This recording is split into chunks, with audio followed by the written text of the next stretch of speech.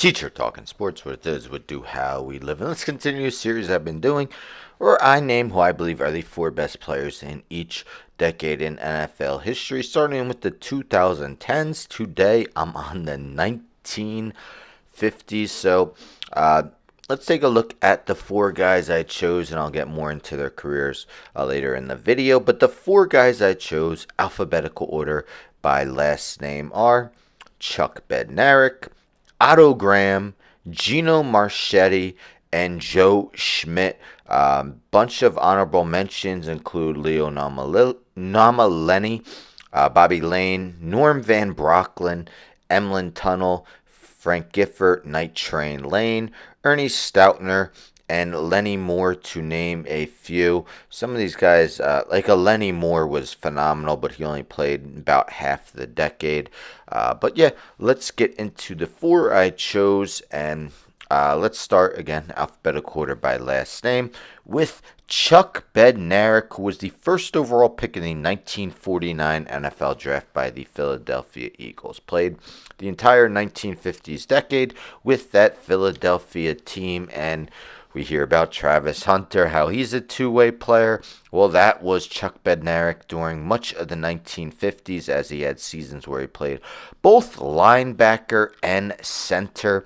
Bednarik was a first-team All-Pro 5 straight seasons from 1950 to 1954.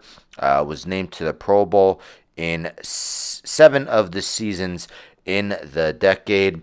Bednarik, for the decade, did pick off a total of 16 passes, 1 for a touchdown, recovered 18 fumbles. Of course, in this decade, it's hard to bring up a lot of stats, but yes, Bednarik was a guy who played both sides of the field, rarely came off the field in some seasons in the decade. Did win 2 championships, although they weren't in the 1950s. But part of the Hall of Fame 1950s team, part of the 50th, 75th, and 100th anniversary teams. Was on my Mount Rushmore for Philadelphia Eagles players. Chuck Bednarik, again, one of the most, I don't want to say most, well, yeah, sure, most recent two-way players. Of course, there hasn't been many, really since the advent of football where, guys would do that. But Bednarik rarely left the field, hard hitter, great blocker, the first member of my 1950s Mount Rushmore. Next, let's go with a quarterback who played just 6 seasons in the decade, but man, was he good enough to be included. That is Otto Graham. Now, in the decade, Graham just played from 1950 to 1955, but was incredible for sure. And keep in mind, when he played, of course, passing numbers nowhere near what they are today. But he had a 57-13-1 record, 55.7 completion percentage, 88 touchdowns, 78.2 rating, 9 fourth quarter comebacks. He was a 4-time first team All-Pro in the decade. Made the Pro Bowl from 1950 to 1954. A lot of bold ink in those 6 seasons. Led the league in completion percentage 3 times, yards twice, touchdowns once, and rating twice. Almost had a 100 rating in 1953, back when 100 rating would basically be historic. But of course, the Browns, you think of the current Browns, how it's been a while since they've won a championship. That wasn't the case while Otto Graham was at the helm. They won 3 championships in the decade. This is pre-Super Bowl era, 1950, 1954, and 1955. For the decade, he went 4-3 as a starting quarterback, throwing for 10 touchdowns in the postseason. Otto Graham, definitely one of the great quarterbacks from the early days of the league. He is the second member of the 1950s Mount Rushmore. Next, let's go with Gino Marchetti, another guy named to the 50th, 75th, and 100th anniversary teams. Started his career with the Dallas Texans in 1952 and he was, a little bit later in his life. He was 25 years old, turned 26, I believe, at the end of that season. Then played the following 7 seasons in the decade with the Baltimore Colts.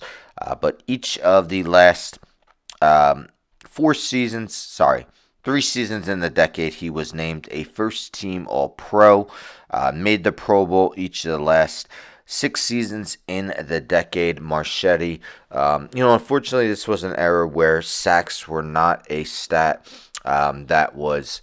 Uh, Sacks were not listed. Pro Football Reference lists it from 1960 on, so we can't see it from there. But in 1972, the Pro Football Hall of Fame named him the best defensive end of all time. Of course, that was 1972.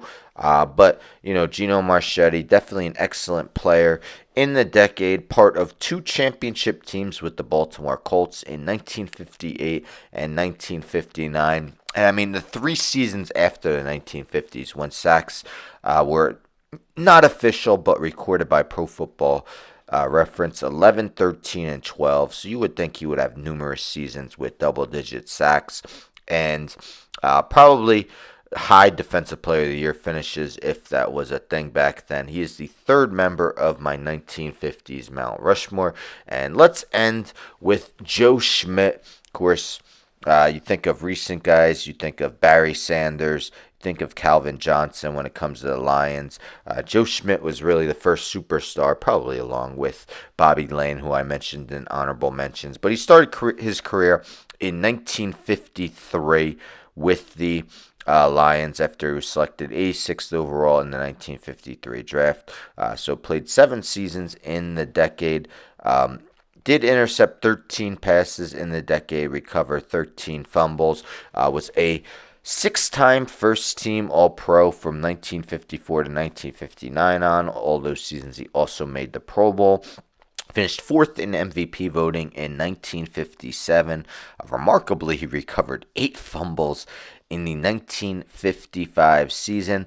Was known as a guy who definitely made a difference both in the run and pass game. Schmidt won two NFL championships in 1953 and 1957. And in 1957, he did intercept 2 passes in the postseason. Joe Schmidt inducted in the Hall of Fame in 1973. One of the great linebackers in the somewhat earlier days of the NFL. He is the 4th member of my 1950s NFL Mount Rushmore. Again, a lot less stats to talk about back then, but these 4 players were definitely icons of their era and in my eyes, deserving to make the list. Guys like Emlyn Tunnell and Frank Gifford were definitely hard omissions, as was Bobby Lane. Almost all the honorable mentions were definitely tough. Night Train Lane, couple of his high interception seasons, I believe, were in 1948 and 1949. Part of the reason where he didn't quite make the cut. Actually, I'm sorry. No, he started his career in 1952. Never mind. His high interception seasons came early in the decade, but definitely a tough omission. But stay tuned. Tomorrow, I believe, will be the last one I do the 1940s. Anyhow, don't forget to subscribe. Tell a friend, tell a friend, tell a friend to subscribe. Like the video, share the video, hit the bell for notifications. I'm out.